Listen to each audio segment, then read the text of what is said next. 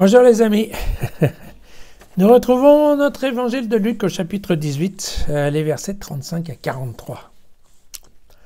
Or, comme il approchait de Jéricho, un aveugle était assis au bord du chemin en train de mendier. Ayant entendu passer une foule, il demande ce que c'était. On lui dit, c'est Jésus le Nazoréen qui passe. Alors il s'écria, Jésus, fils de David, aie pitié de moi. Oh. Ceux qui marchaient en tête le rabrouaient pour qu'il se taise. Mais lui criait de plus en plus fort et criait de plus belle, fils de David, aie pitié de moi. Alors Jésus s'arrêta, commandant qu'on le lui amène. Et quand il se fut approché, il l'interrogea, que veux-tu que je fasse pour toi? Et là l'aveugle répondit, Seigneur, que je retrouve la vue. Alors Jésus lui dit, retrouve la vue, ta foi t'a sauvé. À l'instant même, il retrouva la vue, et il suivait Jésus en rendant gloire à Dieu. Tout le peuple, voyant cela, fit monter à Dieu sa louange. Voilà, beau miracle hein, qui nous éclaire. Bon, écoutez, c'est comme ça. Alors, cet épisode, il est raconté chez à peu près tous les évangélistes. Chez Marc, on apprendra que cet aveugle s'appelle Bartimée, le fils de Timée. Et puis, chez Matthieu, nous avons deux aveugles, et non pas un seul. Et chez Matthieu aussi, Jésus touchera les yeux pour qu'il recouvre la vue. Alors, vous inquiétez pas parce que, en fait, ce qui est important dans ce passage, c'est surtout de préparer la suite. C'est-à-dire, de préparer, vous savez, l'épisode de l'arrivée triomphale de Jésus à Jérusalem. Vous vous souvenez, c'est cet épisode où il arrive monté sur un âne, et puis il y a des gens qui jettent leur manteau par terre, et il y en a d'autres qui, évidemment, bougent les palmes, ce qu'on appellera les rameaux, n'est-ce pas? Voilà. Et donc ça, c'est fait pour rappeler un certain nombre de textes de la Bible qui parlent, en effet, du roi David et du roi Salomon, qui étaient effectivement considérés comme bien les plus grands rois et les plus sages qui ont guidé le monde d'Israël. Voilà. Alors, eh bien, tout simplement, c'est ici que commence à jouer, voilà, cette question de fils de David.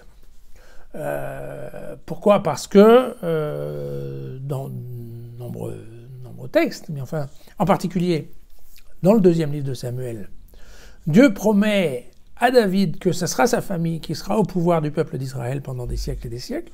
D'accord? Ça c'est fait. Et puis, vous vous souvenez, on se souvient aussi d'un passage qui fait que, comme vous le savez, on dit que Jésus ne serait pas né à Nazareth, mais plutôt à Bethléem. Et évidemment, il y a toute une histoire dans laquelle eh bien, Joseph et sa famille vont se faire recenser. Mais en fait, l'idée, c'est surtout que Bethléem est considérée comme étant la ville du roi David. Et donc, en fait, si Jésus naît de Bethléem, eh bien, effectivement, c'est parfait, puisqu'à ce moment-là, ça veut dire qu'il est de la tribu de David. Et d'ailleurs, tout sera dit pour que Joseph soit considéré comme un descendant de David. On voit ça dans les généalogies. Alors, cette idée de Jésus, fils de David, bon, c'est quelque chose, vous savez que Luc, un peu plus tard, on le verra certainement, condamne un peu, parce que lui, ça l'énerve un petit peu, cette histoire-là. Mais c'est vrai que pour un juif, c'est très important, parce que tout d'un coup, ça commence à justifier la notion du Messie. Voilà, tout simplement. Alors, bon, à part ça, donc on remarquera qu'il n'est pas facile de faire taire quelqu'un qui croit en Dieu.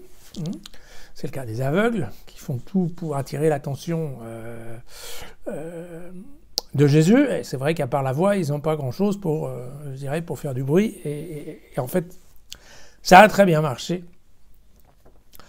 On se souviendra aussi que on a ce schéma habituel, hein, c'est la foi qui sauve, d'accord. Donc le lien entre la foi et la guérison. Il y a aussi dans ce cas-là, bien entendu, le lien entre recouvrer la lumière de la vue, de la lumière du jour, en fait, je dirais, et puis bien entendu découvrir la lumière de Dieu, la lumière du salut. Hein.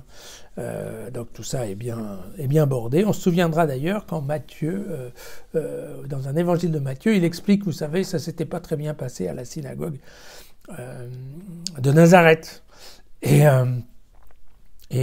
tout le monde se demandait pourquoi il n'avait pas fait de miracle à Nazareth, parce qu'il en avait fait partout sauf à Nazareth. Et eh bien, Matthieu expliquera que c'est parce que à Nazareth, les gens ont peu de foi. D'accord.